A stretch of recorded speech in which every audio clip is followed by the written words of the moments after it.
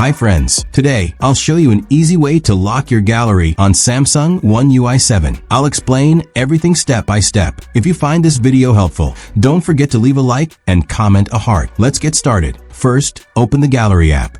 At the bottom, you'll see 3 lines menu icon. Press on that. Go to Settings.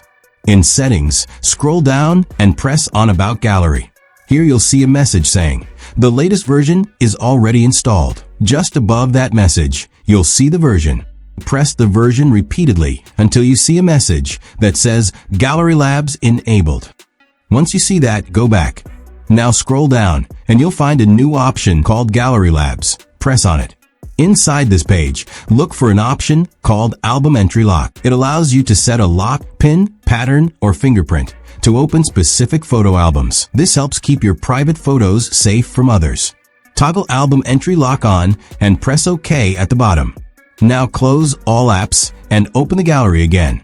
Make sure you're on the Albums tab at the bottom. Press and hold on any album. Press the 3 dots at the bottom and then select Lock Album. If you don't see the Lock Album option on your device, don't worry, I'll show you the solution next. Once locked, try opening the album.